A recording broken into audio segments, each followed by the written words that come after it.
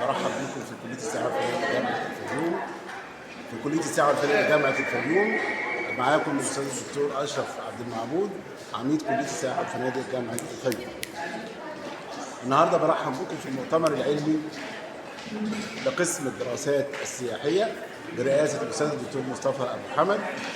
جاء هذا المؤتمر تماشيا مع توجه الدولة في التنمية السياحية في ظل الجمهورية الجديدة.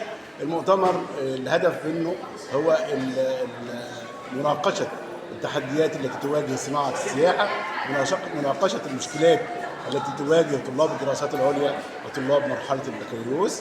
بيحضر المؤتمر مجموعة من خبراء السياحة، مجموعة من الأكاديميين، فإن شاء الله أتمنى إن شاء الله يطلع المؤتمر بمجموعة من التوصيات القابلة للتنفيذ التي تفيد الطلاب وتفيد صناعة السياحة على مستوى مصر والعالم العربي. الجديد النهارده حضرتك يا سيادة العميد؟